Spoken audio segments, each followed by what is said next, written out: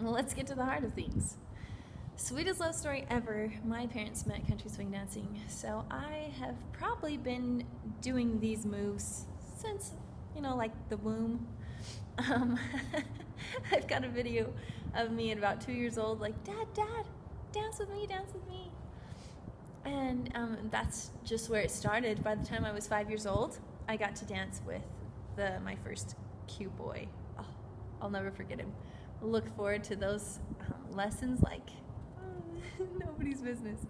He was my hero. And by the time I was 7, I was doing lifts. And so 2 passions started right there. One was to dance with a good-looking guy to a beat. The second was being thrown 5 to 8 feet in the air and sticking the lift. Oh, I loved it. I still love it. It's in my heart, to the core, I love it.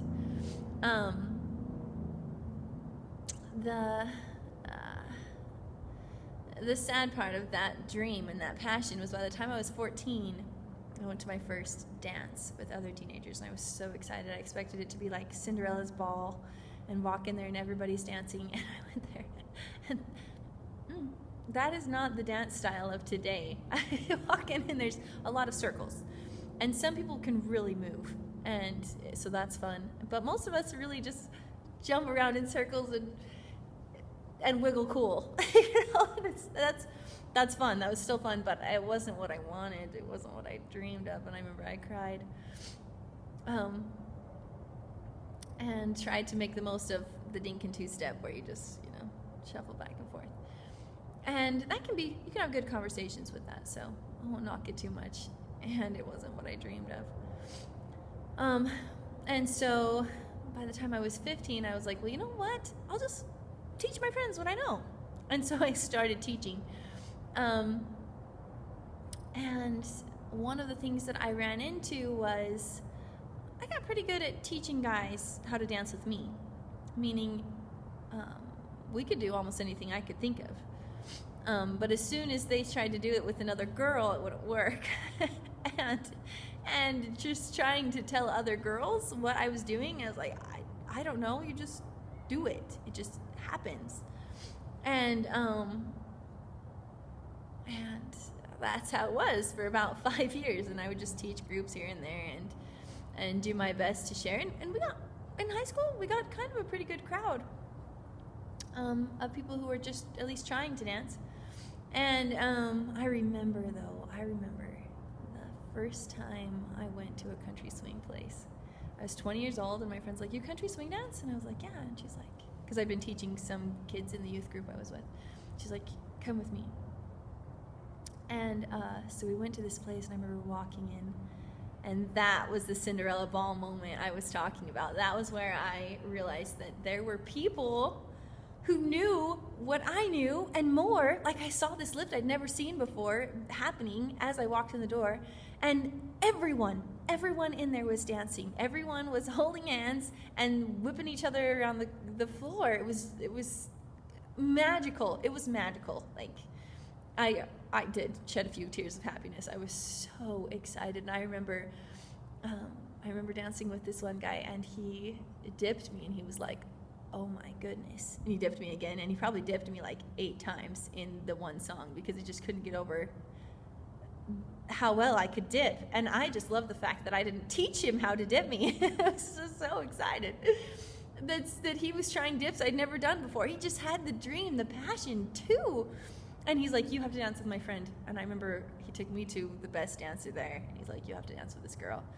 And I remember about a third into the song, he's like, where have you been all night? And just bursting of happiness. It was the Cinderella moment. And I realized that there were people out there who loved to dance as much as I did, that this this dancing of the heart disease, what do you call that? Swing cardiac? I don't know. where you just love to dance. I wasn't the only one with this drive, with this passion, or this addiction, I guess, or this disease of never getting enough. Oh, I just love it so much. And And one of the things that I did notice, though, after a while, because I went to every country dance place I could find after that. Once I knew they existed, I just couldn't get enough. And I think I went to 3 different places in a week. And I realized that not everyone there knew how to dance. That everyone there wanted to dance, but not everyone there knew how. And I thought, why? We're all there. They have the 30-minute lesson at the beginning. How come not everybody knows how to do this? And what is the core of it? What is it that some people have and some people don't ever seem to get? What's at the heart of country dancing? And I realized that there was these techniques, these skills, these know-hows that when you taught the basic moves, they could learn if you knew what they were. And so I started looking for these. And I really, truly found the heart of country swing dance. I found the skills and the basic techniques needed in order to look really good and in order to get better all the time. Someone can keep improving all the time if you know where to look and how to do it. And after a while, you can start to figure out every move, because it comes down to more than knowing moves. It's how you move and when you move and how to communicate that move to the other person. And I found it. I found the heart. It took about 5 years, but it got to the point where I could watch someone dance and I could point out the little pieces that they needed that they just didn't know yet. And I started to notice a pattern. I started to notice about five or six different keys or pieces, and there's things inside those things that once you know, you could teach yourself. You could do any move you wanted to put your mind to. And if someone would dedicate themselves to learning these techniques and then acting on them, they could dance. And so I started using them, and that's when we get here to St. George. And let me just show you the heart of the St. George dance place really quick. Let me turn this around. I don't know if it'll let me, so we'll just go like this. See right here? See this pavilion? We're on the Dixie Campus Pavilion. There's the Institute right there, the Church Institute. And right here, there's a big old dance floor area. And this is where it started to happen. This is where I started to teach these techniques. And I remember when I very first started, I'd been here for a while and I'd won every single country dance competition. The first one I won because I wanted to my whole life and finally did. And it was with a perfect stranger and we just whipped it out, the moves. It was incredible. And then after that, it was with 3 other different friends who wanted to win so bad. And so I'd be like, sure, let's go do it. And we'd win. And, but I was starting to get sad because I had this knowledge and this passion and I knew that people wanted to learn it. And I didn't really have a way to get it to them. I tried to open a dance place a couple of times and it wasn't working. I had a couple of really good friends that loved dance with me, but there was no place to go, right? And I remember I had one really good, very buff friend, and he said to me, he's like, just every week, just teach me something every week. Tank, you know who you are if you're watching this. This was this friend, and I was like, okay, if you get someone every week, I'll teach every week. And so we started to meet here every week. It started with like 1 or 2 couple or friends he would bring, and we started to do this. Well, I went out of town for a little bit, and word had spread, and my other friends that knew how to dance started coming, and I was psyched. I was like, oh my gosh, pretty soon we had like 20 people when I came back, and they're like, Jess, teach us more. We want some more. And it was fun because with these friends, I could also invent new moves and discover new stuff with them. And it was so fun. So for every week, for about a year, we would meet out here in this pavilion. We were inside the building, but after you can't do lifts, liability. We just didn't have a place to meet. We were out here, and these guys were diehards. I mean, sometimes we'd reach a group of about 35 people, and we would start dancing and have a blast, and it was so fun. And there was about 20 that were the regulars. They were the core, the heart of our group, and we'd meet here every week, and I would teach and test out these new techniques, these new ideas that I had, and a lot of them start to get really good. If you come to our place, you'll see them, you'll know who they are. They are just incredible, and if you're watching this, you know who you are. They've just gotten insanely good, a lot of them, and it's so happy because, I mean, they worked. We would be here, and we started in like early spring, so it was still pretty chilly outside, and then it got into real summer, St. George summer. So we're talking like 110 degrees, even when the sun goes down. And so I remember guys would bring like 2 different shirts. We would get so hot. I remember just my hair sticking to me and knowing that all the sweat on my body wasn't just mine, you know, because you're dancing, and it was rough, and it was amazing. And we were just dancing our hearts out. And I remember this went on for about a year. Well, it started to get cold again. And we're desert rats, so we can handle the heat, but the cold, you just get miserable, and then you work out, and you get your body moving, and then it will get cold after, and you just ache the next day. And I just remember, I really don't want to do this in the cold. And we were trying to think of different places we could go, but there's weird rules in St. George, and so we didn't know how to work around them. Plus, I didn't know anything about starting a business to pay for a place to dance, you know? And so I remember when the love of my life came to my dance class, came here to this pavilion. And I didn't know he was the love of my life then. He brought a date. But he came and he's like, hey, I've been thinking about opening a dance place. And I remember I was like, dream on. I've been trying for 2 years and I can't figure out how to do that. And at the same time, I was like, I'm not going to say this to this guy because he's got fire about it. And if reality crushes his dreams, reality crushes his dreams. But if he can really do this, more power to him. Sweet. So I was like, sweet, go for it. Good luck. And I remember because he was super excited, and then it didn't work. He couldn't get a place. And I remember he texted me, and I was like, oh, you know, it's okay. It happens. And kind of forgot about him. I had other things going on. Life was happening. And he did keep coming to dance now and again, and started teaching dance. Realized that he definitely loved to dance. And the coolest thing is, I remember the day that he did get a place. He got a place. And I was like, no way. And I remember walking over and just being floored. He's like, yeah, I did it. And I couldn't believe it. And he did, and he got a place. And it was so amazing because the heart followed us over there.